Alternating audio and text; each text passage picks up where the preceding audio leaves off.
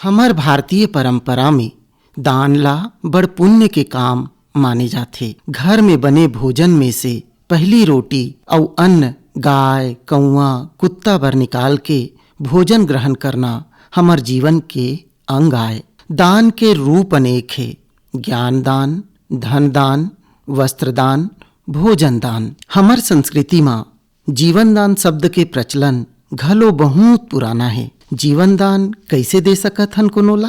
अंग दान के माध्यम ले हमन कोनो ला जीवन दान दे सकत हन। एक व्यक्ति के अंग दान करे ले 9 व्यक्ति ला जीवन मिल सकत है, यानी ओकर 9 ठन अंग दूसर व्यक्ति के काम आ सकत है। पिछले साल के बात हरे, दिल्ली में एक दक्षिण भारतीय बहन के पति के युवावस्था में ही सड़क दुर्घटना में मस्तिष्क मृत्यु हो गए। अस्पताल में ओखर 2 छोटे लइका के अलावा परिवार के अउ कोनो ओकर संग नहीं रहिस। डॉक्टर मन हा ओला अंगदान के बारे में पूछिस, तब ओ बहन हा अपन पति के हृदय दान के साहसिक निर्णय लिस। ये हृदय प्रत्यारोपण ले एक व्यक्ति ला जीवन मिलिस।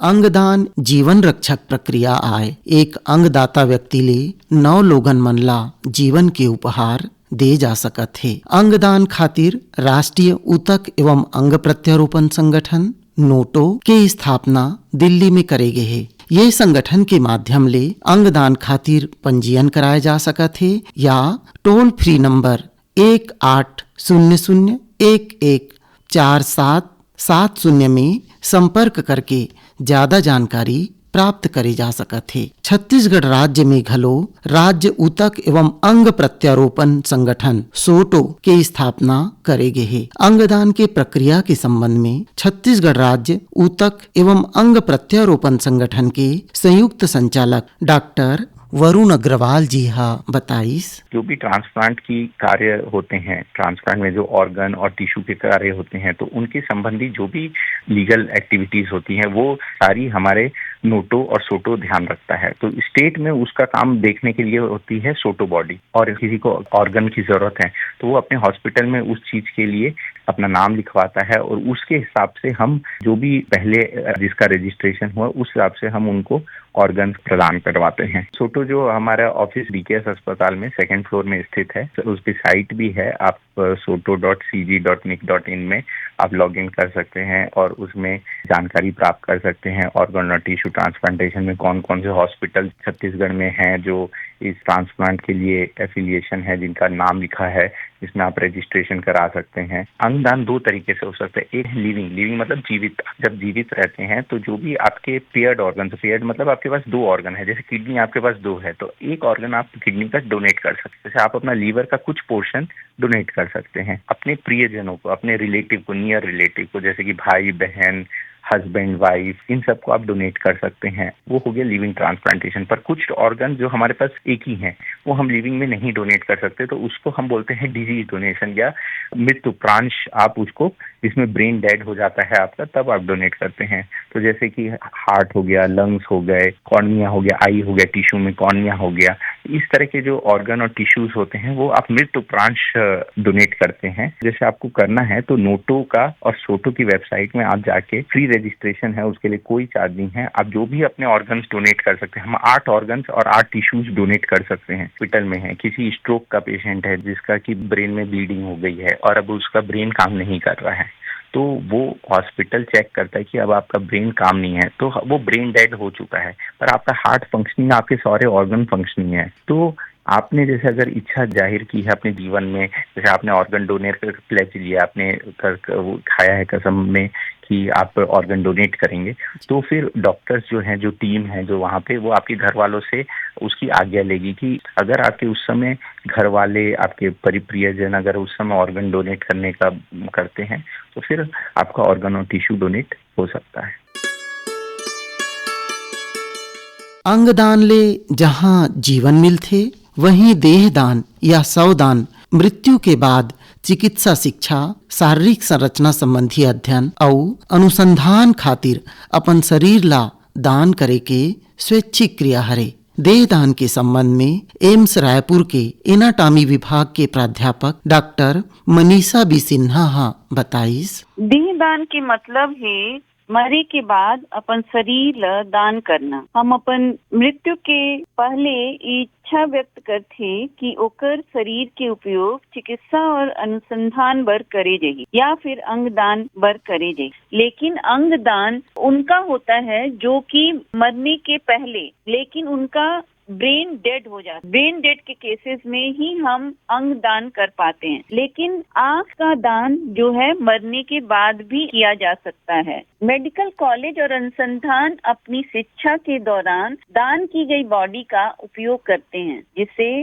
डॉक्टरों को अपने कार्य में कुशलता प्राप्त होती है। इससे नई चिकित्सा तकनीकों और उपचारों को विकसित करने में मदद मिलती है। यह एक नेक कार्य है और मेरा कहना ये है कि इस प्लेज फॉर्म को भरने से हम समाज को इस नेक कार्य के रूप में हम दे रहे हैं, वापस इसे दे रहे हैं। तो यह एक बहुत ही उच्चतम कार्यों में से एक आता है। इसके लिए हम प्लेज फॉर्म अगर भरते भी हैं तो हम अपनी आयु के 50 साल हो जाने के बाद इस फॉर्म को भरें, जिससे हमें कोई दुविधा न रहे कि मुझे देना है कि नहीं देना है।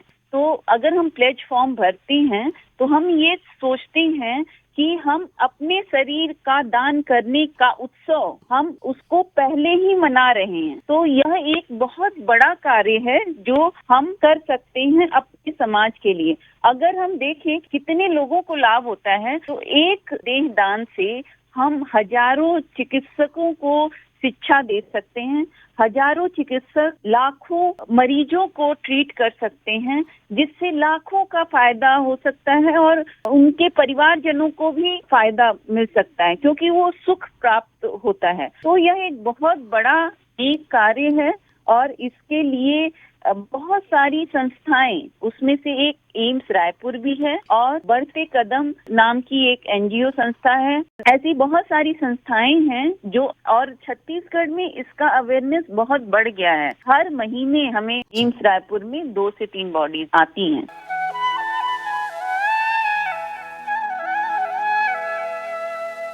8 सितंबर 2025 के दिन दिल्ली में एक ऐतिहासिक पहल हुईस। एम्स दिल्ली ला पहली बार भ्रूण दान में मिलीस। ये कदम एक परिवार के दर्द ला समाज और विज्ञान के ताकत में बदले के उदाहरण आए। 32 वर्षीय वंदना जैन के 5वां महीना में गर्भपात हो गए। त ये मुश्किल घड़ी में परिवार हा भ्रूण ला शोध और शिक्षा खातिर एम्स ला दान करे के निर्णय लीस। मानव शरीर के विकास ला समझे बर भ्रूण के अध्ययन बड़ महत्ता के है।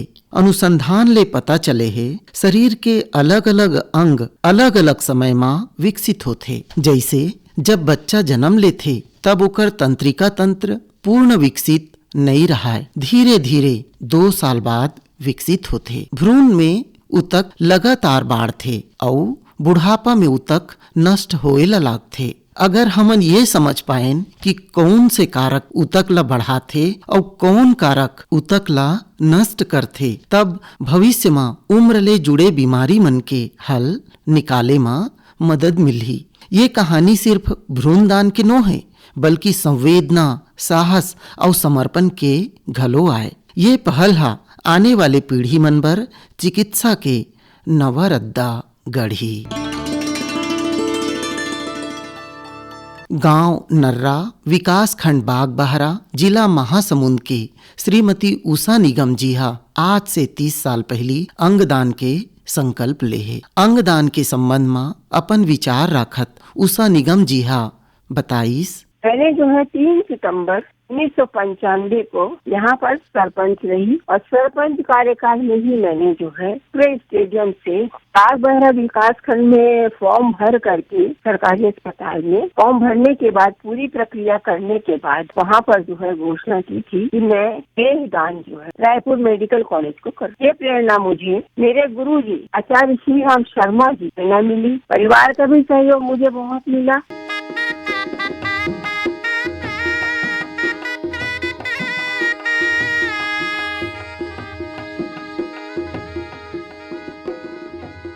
अंगदान के बाद बहुत कम समय में अंगला दाता ले ग्राही तक पहुंचाए ल पड़थे।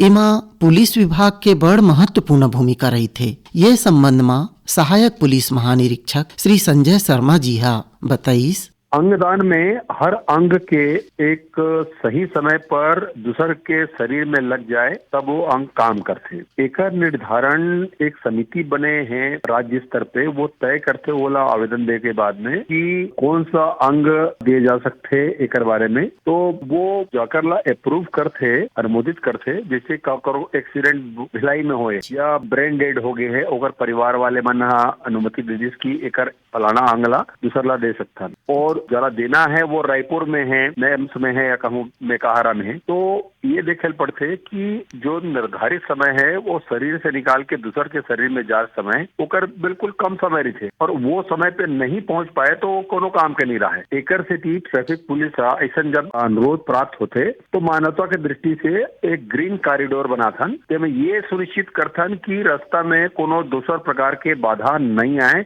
एम्बुलेंस बिल्कुल बिना रुके हुए अस्पताल में पहुंच जाए और संबंधित में लग जाए और ओकर जीवन बच जाए। तो एकर से ग्रीन कॉरिडोर हमन समय समय पर बनाते रहथन। हमन कोशिश करथन कि ऐसे करे के दौरान भी आम आदमी मन ला ज्यादा दिक्कत मत हो, वैकल्पिक व्यवस्था रहे। और सबसे पहले बात घरो रहथन कि ये तरफ से एक इम्पोर्टेंट एम्बुलेंस, महत्वपूर्ण एम्बुलेंस आते तो लोगन घलो काफी सहयोग करते। और सबसे बड़े संतोष फिर बाद में पूछथन घलो कि जाकर अंग लाए रही से वो दूसर में लग गए के लिए वो कैसे वैसे है। तो एक आत्मिक संतोष घलो होते कि ककरो के जीवन बचाए में वैसे डॉक्टर के पूरा काम रहते, लेकिन हमार घलो थोकिन मदद हो से और बड़े आत्म संतोष के अनुभूति घलो होते। एक अच्छा काम आज करे हैं।